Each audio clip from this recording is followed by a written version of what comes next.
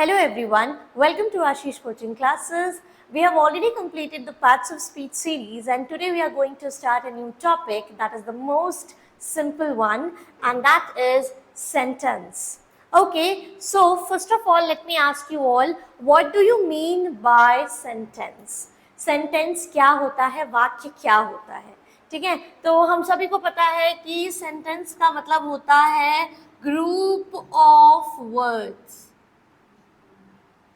ठीक है, you are absolutely right. पर ग्रुप ऑफ वर्ड्स में अगर मैं कहूं एक्ट्स, ही, पिक्ड, एट, फॉरेस्ट, इन, ये भी तो ग्रुप ऑफ वर्ड्स है. तो क्या ये एक सेंटेंस है? बिल्कुल भी नहीं. तो एक दूसरी शर्त भी होती है जिससे सेंटेंस कंप्लीट होता है, जो होता है complete sense.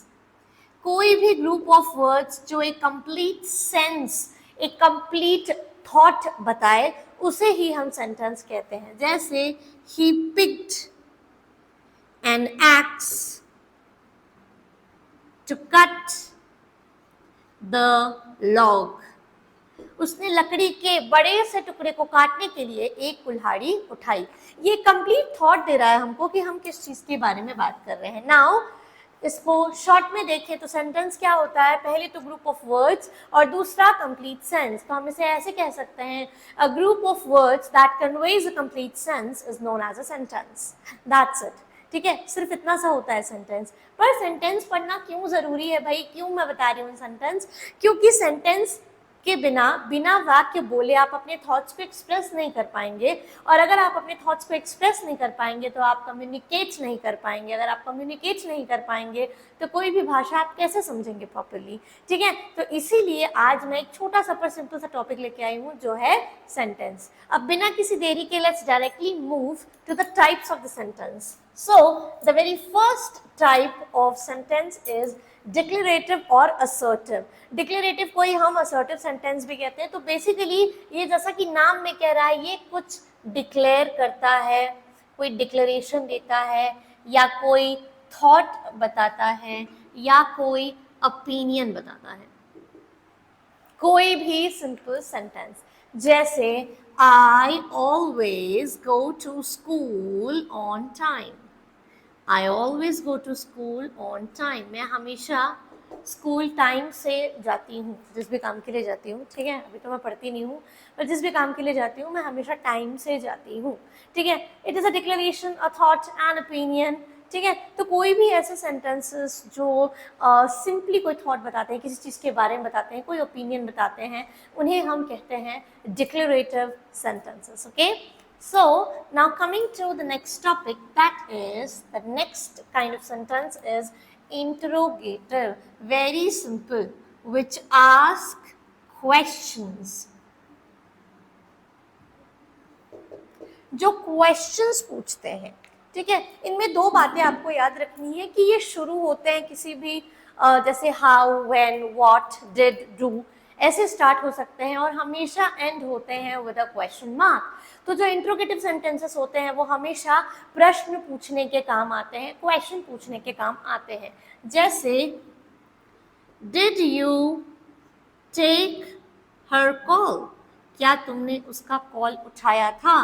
When are you going to announce the wedding? Announce the wedding. तुम कब wedding की announcement करने वाले हो? This is also a question. Starts with WH word and ends with a question mark.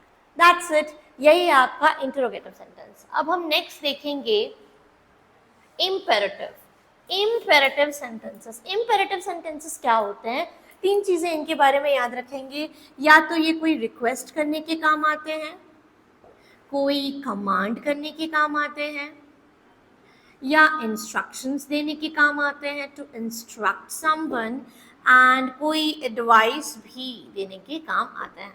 तो बेसिकली चार चीजें आपको याद रखनी है. ओके, नाउ इम्पेरेटिव सेंटेंसेस को अगर मैं और भी सिंपल करूं आप लोगों के लिए, सो इम्पेरेटिव सेंटेंसेस वो होते हैं जो बेसिकली आपको मदद करते हैं किसी को बताने में कि उनको क्या काम करना है, to tell someone to do something. It works in that manner, ठीक है. जैसे suppose I say request, please lend me your camera for a day, I am going on a short trip. Okay, now command, go and shut the door. It is a command. मैं किसी को order कर रही हूँ, command कर रही हूँ कि जाओ आप वो चीज बंद करके आओ, ठीक है. इंस्ट्रक्शंस देना, please mop the floor and clean the entire room, like that, ठीक है. Then advice, you must visit a doctor as you are, your health condition is deteriorating. आपकी हेल्थ कंडीशन खराब हो रही है, आपको डॉक्टर के पास जाना चाहिए. It's an advice.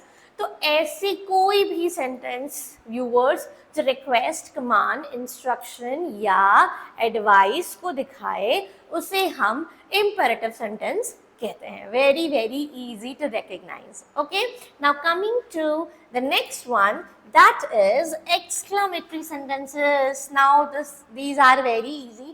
मैंने अभी recently टॉपिक पढ़ाया है interjections, जिसमें हम exclamation mark का यूज करते हैं. Let me tell you what exclamatory sentences are. So exclamatory sentences वो होते हैं जो किसी sudden moment के साथ, जैसे sudden moment बोले तो अच्छा भी हो सकता है, sorrow का हो सकता है, दुख का हो सकता है, pity का हो सकता है, it can be anything, ठीक है. Suppose if I say, oh what a deep pit, बाप रे कितना गहरा गड्ढा है. oh what a deep pit. okay, wow what a view, वाह कितना खूबसूरत नज़ारा है. तो ऐसी कोई भी चीज़ जिसको हम एक सडन इमोशन, सडन फीलिंग से बताएं, और उसमें जनरली ऐसे वर्ड्स आते हैं ओ, वाव, हाक, फ्यू एंड ये, एह, यू, ये सारी चीज़ें, उसको हम एक्सक्लेमेटरी सेंटेंसेस कहते हैं. और इनकी पहचान करना is very very very easy, because इनके साथ हमेशा आपको देखने को मिलेगा this, yes, an exclamation mark along with it, ठीक है. तो बच्चों को ज़्यादा प्रॉब्लम नहीं आती है एक्सक्लेमेटरी सेंटेंसेस को पहचानने में, बिकॉज ये जो साइन होता है उनके साथ हमेशा चलता है, ठीक है. So these were the 4 types of sentences जो 4th, 5th, 6th, 7th, 8th यही पढ़ाया जाता है टाइप्स ऑफ सेंटेंसेस में. बट एक और चीज़ है जो आजकल मैं देखती हूँ जो बच्चों को ऐड ऑन कराई गई है, काफ़ी सारी ग्रामर बुक्स में मैंने ये चीज़ नोटिस की है, तो वो भी मैं आपके साथ शेयर करना चाहूँगी. दैट इज ऑप्टेटिव सेंटेंसेस, ठीक है. ये कुछ बच्चे रिलेट कर पा रहे होंगे क्योंकि उनके बुक में दिया हुआ रहता है ऑप्टेटिव सेंटेंसेस, ठीक है. तो ऑप्टेटिव सेंटेंसेस क्या होते हैं, ये क्या एक्सप्रेस करते हैं? दे एक्सप्रेस विशेस, होप्स, कोई भी चीज़ होने की उम्मीद. जैसे हम किसी को ब्लेस भी करते हैं ना, हम कहते हैं ना मे गॉड ब्लेस यू, हम विश कर रहे हैं कि भगवान भाई सामने वाले का भला करे. या फिर may you get well soon, may you get well soon, तुम्हारी तबीयत जल्द से जल्द ठीक हो जाए. या अगर ये ऐसा भी होता, गेट वेल सून ये भी होता, तो भी वो ऑप्टेटिव सेंटेंसेस में ही आता है, because it shows wishes and hopes that you have for someone और something to happen for that reason. तो ये 5, बेसिकली तो 4 ही होते हैं, पर मैंने एक आपको एक्स्ट्रा बताया है ताकि अगर कभी इससे भी आपका सामना हो तो ये आपको टफ ना लगे, ठीक है. और इससे पहले मैंने पार्ट्स ऑफ स्पीच की भी वीडियोस डाल रखी हैं, अगर आपको उनमें भी कोई डाउट है तो आप कमेंट बॉक्स में ज़रूर पूछें और हमसे इंटरेक्ट करने की कोशिश करें. एंड प्लीज़ इस वीडियो को सबसे शेयर करें, लाइक करें और हमारे चैनल को भी सब्सक्राइब करें. Thank you so much for watching us. Good day everyone.